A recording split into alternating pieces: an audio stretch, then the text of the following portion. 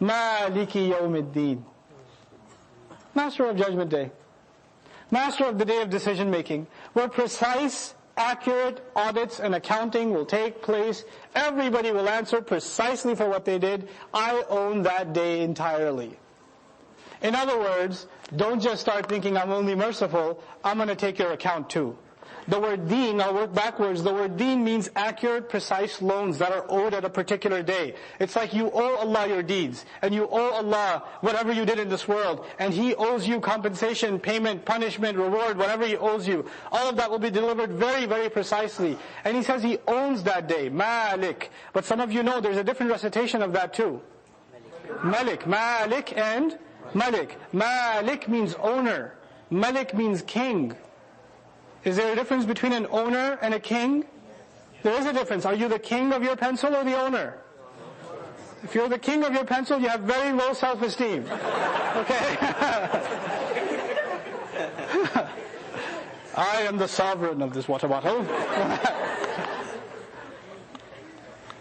You're the king. Owners are of small things. Kings are of what? Big things. On Judgment Day, are big things going to happen? He's the king of them. On Judgment Day, are the smallest things going to be counted? He's the owner of them. He covers everything. Because if you just say Malik, owner, you cover the little things, but you leave what? The big things. An owner is not the same as a king. The king sees the entire territory. But the owner sees the little things. You know micro and macro? Right? Malik covers the micro. Malik covers the macro all at the same time. But why didn't He just say He owns and He's the king of judgment? He said He's the owner and the king of the day of judgment. Why did He add the word day? Day is a unit of what? Time. Now let me tell you. If I was walking around with a bag and somebody told you I own the bag, does that mean I also own everything inside it? If I own the bag, logically, I own everything inside the bag. Allah first says, I have complete control over that day, the big things and the little things, by what two words? Malik and Malik. Then He says, I don't just own judgment, I own the day. Everything that will happen inside that bag. What I mean by the bag is what? The day. So if He owns the day, He owns every last detail of that day. Now let me tell you about owning time, just a little bit. Human beings, it's impossible for us to own time. It's impossible. We can't even own 1 second. Let me tell you why.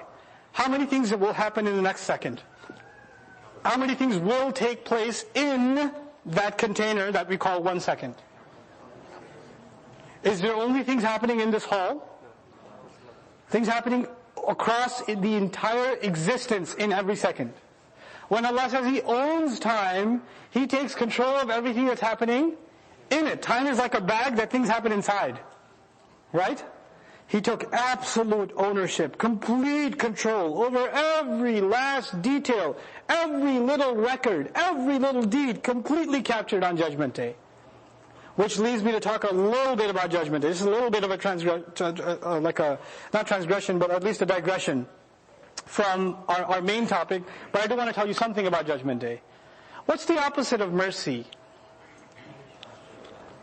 The opposite of mercy is punishment. Either somebody does you a huge favor or they punish you. Did Allah mention punishment in Fatiha? No, He didn't. You know, on the one hand He mentioned mercy. That's extra. Then in the middle there's justice. 0. If you put it on a scale, the positive side is mercy. The 0 point is what? Justice. And the negative side is what? Punishment. Allah didn't even mention the negative. All He mentioned was what? Justice. Day of judgment. Day of decision making where justice is served. He mentioned the 0 point. Why? Because as far as in our religion, there's no difference between punishment and justice. In our religion, there are 2 kinds of people on Judgment Day. People who get Allah's mercy, 2 people who get Allah's justice. Only 2 kinds of people. There's no third. There's no third kind of person.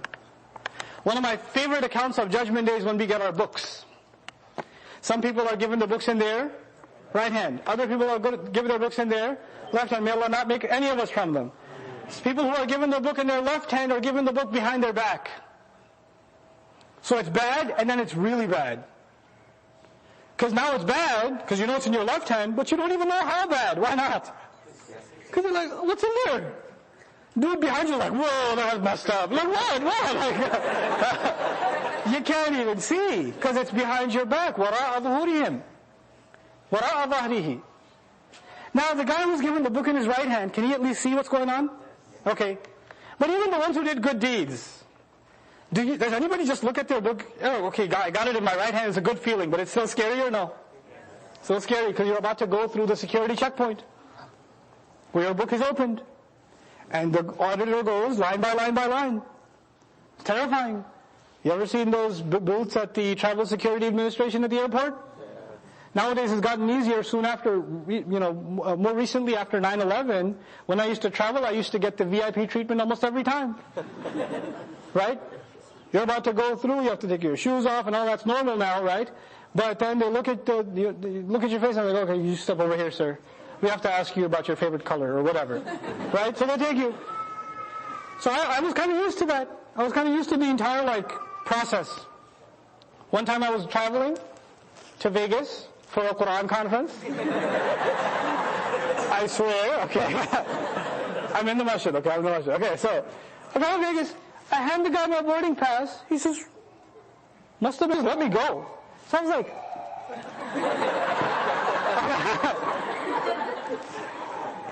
this is not normal. And the first thing that came in my head was hisaban yasira. This is an easy audit. People will bring their book. If you notice, page 17, I think I caught a Laylatul Qadr. And I marked this other page, I forgave a friend of mine. That should be worth like Jannah, right? I've highlighted with marker which good deeds. I make sure I get credit for those.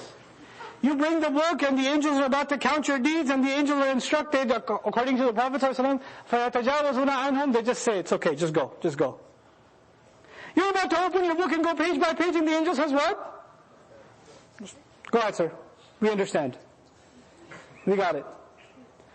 Right before the angel said, you're good to go. You're good to go. Were you nervous? But now you're on the other side. You're on the other side. The moment you get on the other side, the Quran describes, he says, hey, look guys, look what I got.